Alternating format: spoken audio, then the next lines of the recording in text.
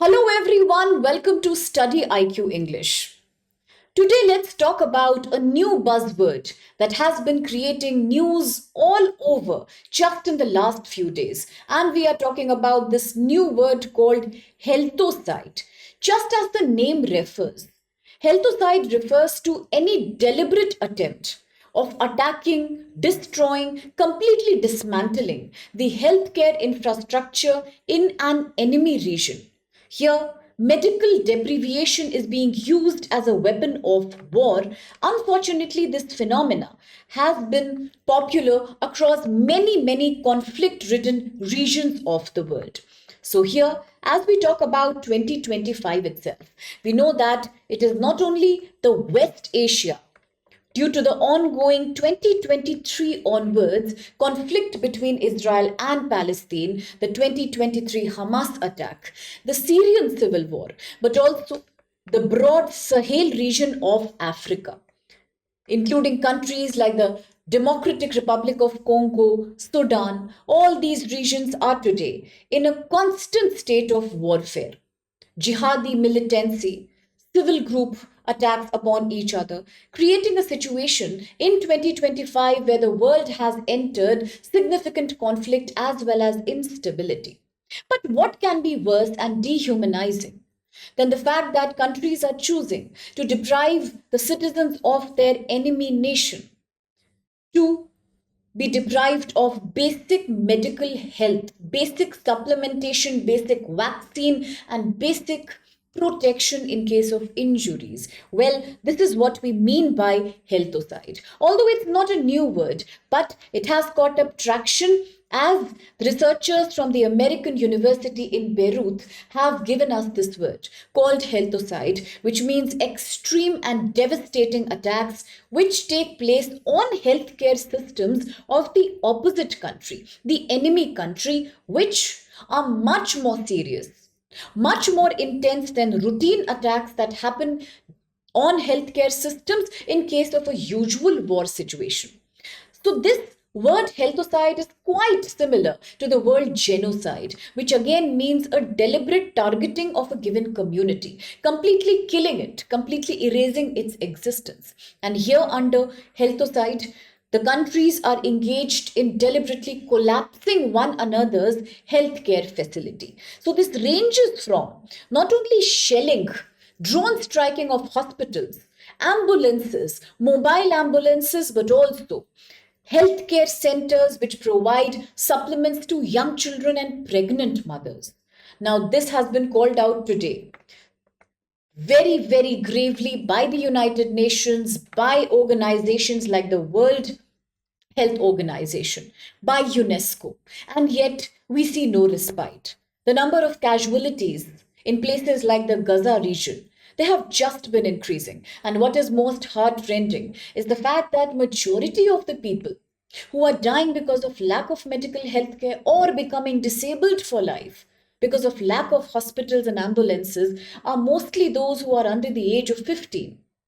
Generally, it is young newborn babies who are starving because there is constant destruction of medical health care. So, what can organizations like UN Peacekeeping Force or Doctors Without Borders even do to help these people? There is nothing much they can do. In fact, unfortunately, the number of people who are dying in these conflict areas are those who are the UN workers. They are those who are the NGO workers and the doctors. So, in such a situation, as we see, the number of incidents of healthocide have only risen up to 3,600 from a period of 2023 to 2025. This is a gross increase of 15%. Worse than that is that the largest number of such attacks have actually happened in the Gaza and the West Bank region, owing to the constant warfare led by Israel. Now, since 2022, there have been more than 2,300 similar attacks on healthcare systems in other conflict areas such as Ukraine, apart from that, Lebanon, then Myanmar, Syria, as well as Sudan. So you see, in various parts of the world, genocide is becoming a very rampant phenomenon. A more important question for UPSC would be, is there any preventive protocol Is there any punitive action that the world community is taking towards these deliberate acts of genocides? Well, yes and no, because on paper, there are few protocols which act against deliberate Healthocide, which is something similar as genocide then. So the first one is Geneva Convention and additional protocols. Now, when we talk about the Geneva Convention, it is a set of treaties, agreements that say that there is something called international humanitarian law, and this protects the wounded, injured, and sick medical personnel, sick doctors, nurses, and other paramedical forces, and they should be provided with medical facilities. They should be provided with evacuation, transportation during the situation of an armed conflict. Similarly, the same Geneva Convention also says that deliberate targeting of healthcare is a violation of basic human right. It goes against the very principle of United Nations sponsored protocols regarding International Health Regulations 2005. Now, this set of convention also says that there is a legally binding convention on all the WHO members where, according to international health regulations, it is a duty of various countries to ensure rapid and coordinated global response in case of public health emergencies whenever there is an attack that's happening on healthcare workers itself, whether it's leading to any kind of wound, injury, or any kind of illness associated with their working on the ground, on the field where the armed conflict is happening.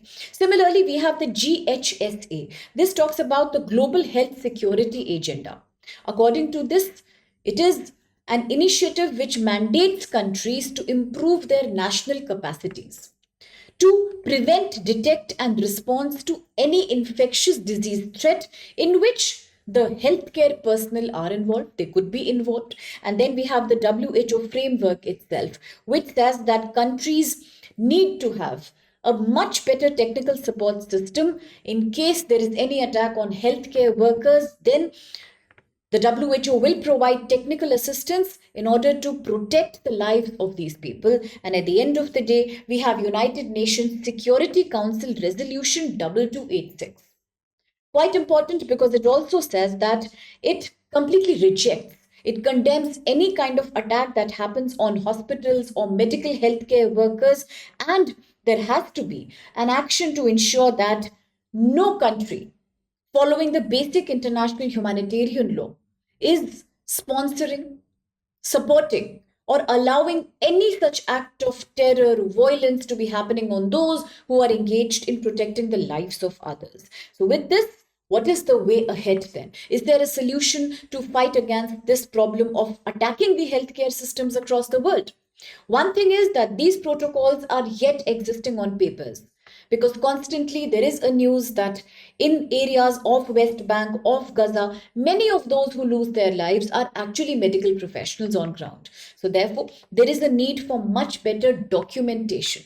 We need a better enlisting, a better database which tells us how many health workers are working in which conflict ridden region. There has to be an online protocol. There has to be an online portal which is monitored by international agencies led by various countries involved. And there has to be also a proper clarification of terminology to enable cross context comparisons that across different countries, what corresponds to serious injury, what corresponds to a life threat, and accordingly preventive actions can be taken. Similarly, we talk about improving international cooperation. So yes, we need better understanding between world agencies, civil societies to address this global challenge of healthocide. Now, very important for GS paper 3 as we talk about the healthcare system.